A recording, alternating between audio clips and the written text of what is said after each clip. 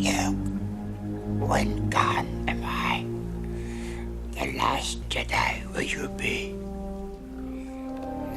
Pass on what you have learned.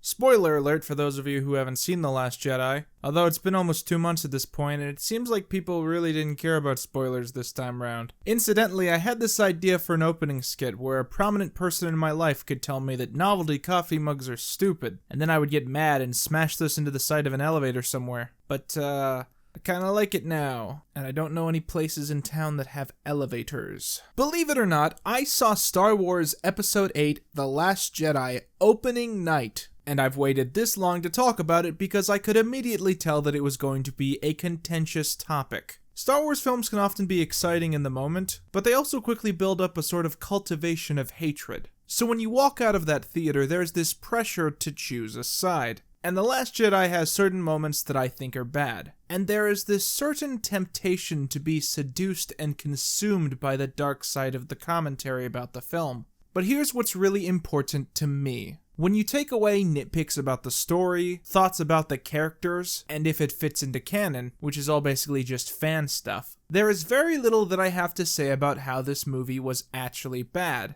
Visually, the film is stunning, the score leaves you breathless, and the actors consistently give the performances of a lifetime. So why is it commonly considered to be a terrible movie? Well, for some odd reason, it's become a meme that the movie is bad. In the same way that it's a meme that Tide Pods taste good. And the internet making fun of the movie has led to people looking for reasons to hate it. In the same way that people joking that Tide Pods taste good has led to people poisoning themselves out of irony. Once again, I think that The Last Jedi has potential flaws. And I'm going to discuss them, but I see those flaws as tangential in nature. And while I find it amazingly easy to script out numerous pages of constructive criticism about the nature of the plot, this has no bearing on my enjoyment of the product in question. This is still a really good movie, and rewatching it has only made me feel more strongly about this. The movie starts out with a huge space battle between the Rebellion and the New Order, and my god, space battles in Star Wars are insanely boring to me. You can obviously tell that the choreography in Star Wars is heavily inspired by the battles of the First and Second World Wars, except that the warships float and the biplanes have weird wings. And while this gimmick surely was well executed at first, I think after the 9th Star Wars film you'd think they could be a little more creative about it. There's this scene at the start of the movie where we're introduced to the concept of spaceships that drop bombs. You know, like World War II bomber planes, except in space. Now I know that technically the ships of the Star Wars universe obviously have their own artificial gravity, meaning that if you were to drop an object within the ship and then allow it to float into space, that the item would continue to plummet, but my point is that there's this certain lack of creativity that has to come from trying to think of what a battle in space would be like, and then just taking a ship from the Second World War and putting it in space. Given that most of the battles in Star Wars are very much traditional in a 20th century fashion, then the invention of the Death Star in Episode 4 itself is a clear allegory for the invention of weapons of mass destruction. This is the turning point in human conflict, something that totally changed the face of war, leading to an age where total annihilation of enemy forces in an instant was possible. 30 years after the invention of the atomic bomb, the dictionary definition of a war had been rewritten from the ground up. But 30 years later in the Star Wars universe, it's all kind of the same. In between episodes 6 and 7, the Rebellion has been in total power for 3 decades. But you wouldn't be able to guess that, given the fact that their arsenal hasn't evolved at all since the original trilogy. You can't shake the feeling that the Rebellion must have done nothing for 30 years for them to be overtaken this easily by some rogue terrorist group. The fact that every other Star Wars movie seems to be about them trying to stop the bad guys from inventing nukes easily signals that no one really seems to have a lot of big ideas about how to talk about war but in space. And I'm bringing all of that up because despite the fact that it annoys me, it doesn't ruin the fun. Remember in my last review when I said that the prequels are bad because the characters constantly lose the respect of the audience, while the universe seems to stay relatively consistent? Well, in the case of the sequel trilogy, it's the exact opposite. The universe is now contrived, without consistency, scale, or even the ability to not feel like a broken record. But none of this really matters when you're watching the film, because what you've actually come to see is the characters on the screen. Characters like Rey, Poe, and Finn, who managed to carry The Force Awakens just by making the audience invested in their dynamic and what was going to happen to them.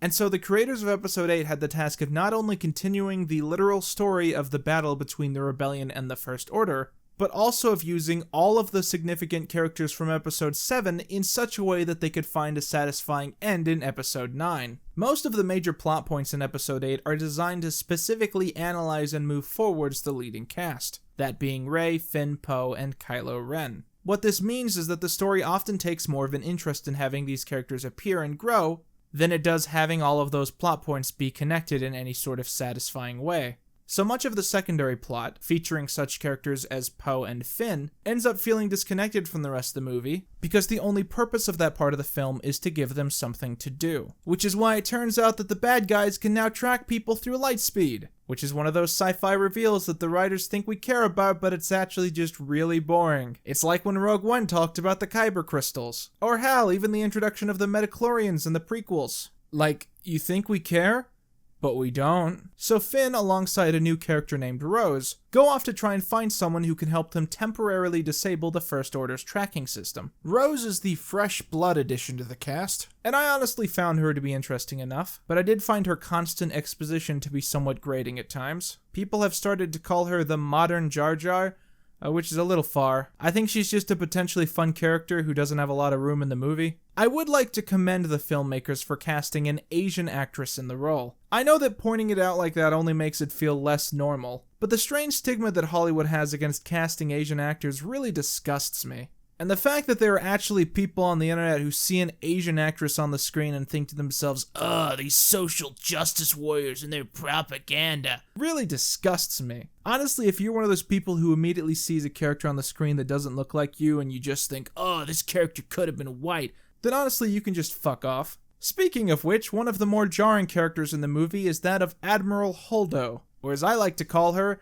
Diane from Twin Peaks. She has a direct confrontation with Poe, because he doesn't think that she's fit to command. Poe takes over command of the ship because he thinks that her plans are going to kill them all, but later it turns out that her plans just made sense, and Poe's cowboy heroism has put them all in danger. The main complaint of the character tends to be that the failure of her command comes not just from Poe's overeager attitude, but also from her failing to tell anyone any of her plans. Honestly, that's a minor annoyance that doesn't really undermine the point of that part of the film, but I've seen a lot of people say that it's, quote, feminist propaganda?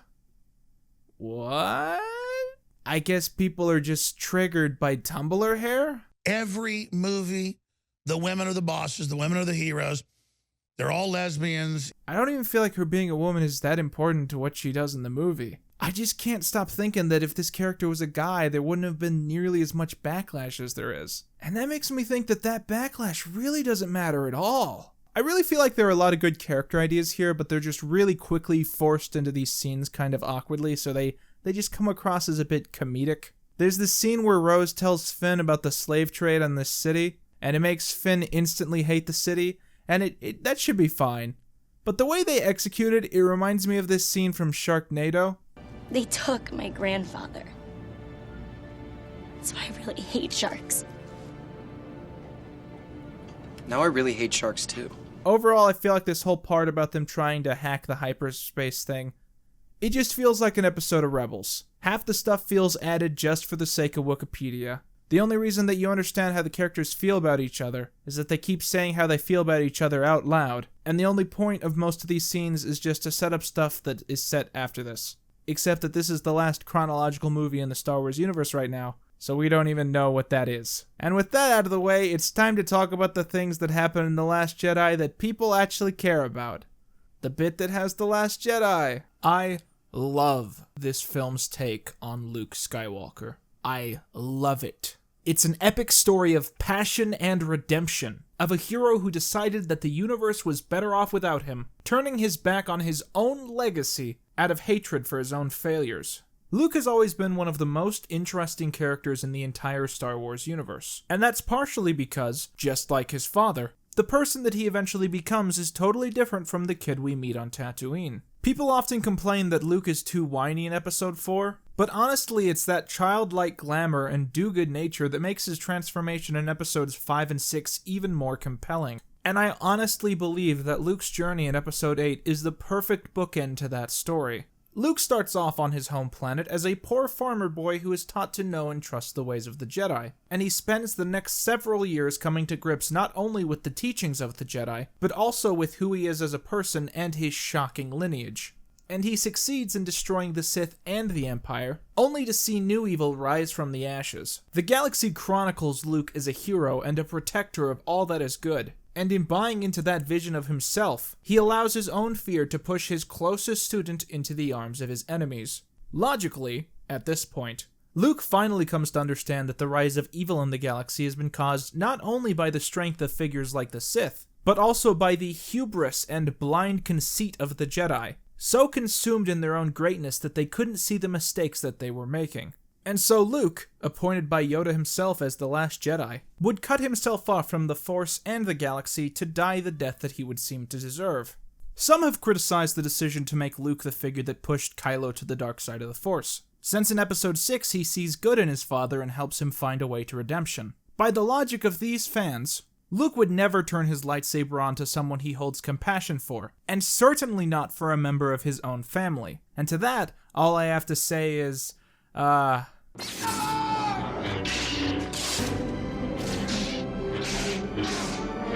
think you guys are selectively remembering this movie. I've heard at least one person say that Luke's anxiety and self-hatred in this film serves as an important representation of these real-world feelings. He is so caught up in the 1 second of regret that he made in training Kylo that he blames himself for all of the destruction caused by his fallen apprentice. Anakin Skywalker fell because he grew to seclude himself from the past, to hate everything that he once represented, and he was then redeemed and resurrected because of a figure who represented his future. Luke Skywalker, meanwhile, was so afraid of what the future would hold, and how he might fail, that he too fell from grace, and it was only apt reminders of the past that could teach him to understand his mistakes without shutting himself off. And what's so interesting is that Luke needed to be redeemed not from turning evil or destroying something beloved, but simply from failing once. It might seem like a big mistake to make from the point of view of an audience, but to then imagine a lifestyle where simply making one mistake and giving into fear for a single moment could lead to the death of millions suddenly makes a life of seclusion seem so much more approachable. And Rey's role in the film is as someone who has no possible understanding of either Luke's choice to shut himself off, or the ability of any person trying to be a hero to make disastrous mistakes in their short-sighted attitude. And it's her journey in the film to try and act on the very intuition that Luke has rejected. And in doing so, she makes the exact same mistakes, pushing Kylo Ren even further to the dark side, turning him from a morally ambiguous pawn into the ruler of the strongest legion in the entire galaxy. Much like Poe on the other side of the movie, she comes to understand that her own foolhardy passion has only led to more potential death and destruction. Meanwhile, Kylo Ren is absolutely consumed by the hatred that pushed him away from Luke, making him just as lost as Anakin had been when he became Darth Vader, but this time with no chance of redemption. His active policy that the past is something that needs to be destroyed again mirrors Vader's story. It should be noted that while he faces hesitation when killing his own parents, he gives murdering Luke no such pause. Suddenly, his goal of killing his father seems too obvious. His hatred of Luke has been propelling him into becoming ultimately powerful, and his love for figures like his father has been holding him back from what he sees as his own destiny. And his ability to feel compassion for Rey comes only from her having no active role in his past, yet a potential one in his future. It is this that leads the two of them to work together to kill Snoke and his guards. Kylo so that he can secure his legacy, and Rey so that she can protect her friends. Rey yearns for the past, to know the identity of her parents, and to feel a legacy outside of her own command. And Kylo instructs her to let go of that attachment. It is only when she chooses to save the rebellion, and by extension Ben Solo's mother, that he decides that Rey is no ally, and their final squabble over the lightsaber comes directly from their association of the saber with different ideas. For Rey, this is the lightsaber of Luke Skywalker, a figure who represents the history of people like her. And for Kylo Ren, the saber is owned by Anakin Skywalker, the figure that Kylo most associates with the person that he is to become. The lightsaber splitting at this point could potentially be seen to represent the point where Kylo has gone too far, as the divide between his past and his future has become too great. And the final battle on Crate is where all of the paths of these characters interject. It's where Finn tries to sacrifice himself for a rebellion that he once didn't believe in, where Rose saves Finn out of love, and where Poe learns to lead the rebellion with strategy and intelligence instead of a steadfast attitude. But most importantly, it's here that Luke learns to confront his greatest mistake, and where Kylo Ren's obsession with destroying the past gives the rebellion the chance to escape. Now, while I'm still very confused on the unseen path between episodes 6 and 7, I think that The Last Jedi should be universally commended for having an astounding talent at illustrating basic concepts from the Star Wars universe, which otherwise might have seemed second nature. All of the scenes involving Luke training Rey blew me away with how well they explored the Jedi Order without feeling too pandersome. But the scenes that really take the cake is the lightsaber battles. Out of all of the fight scenes that have been executed since the original Star Wars, most of the best ones come from episodes 7 and 8. Lucas has always described an original vision that he had of the lightsabers being much heavier than they looked, and the sabers in the sequel trilogy finally feel like they show Lucas's original image. They just feel so much more powerful in these two movies than any of the other ones, and they especially feel much more deadly. And while many might try to attack episode 8 for various issues pertaining to canon, I really can't help but think that this is the first movie to make all 8 episodes feel totally connected. I really could spend hours talking about all of the little things that I loved in episode 8. But I feel like I've kept you long enough. So to wrap this up, The Last Jedi did a phenomenal job in convincing me that there was any potential future for this franchise. Before this, I really didn't think that there were any new words to be uttered about the universe. But this is absolutely everything that I wanted to see out of The Last Jedi. And if it wasn't for the brilliant execution by director Rian Johnson, I don't think I would be this excited to see where the story is going to go in the next chapter. And that is thanks not just to the quality of The Last Jedi, but also to the unpredictability of it all. I don't know what's going to happen in the next film. It can't be what happens in episode 6, that's for certain. And it's been an impossibly long time since I've been able to go into a Star Wars movie without being able to guess the plot. And for that, I honestly can't love this movie enough. And with that, I've been Quinton Reviews, and that's all you need. Why Luke Skywalker is the most powerful Jedi. Why? Probably the process of elimination.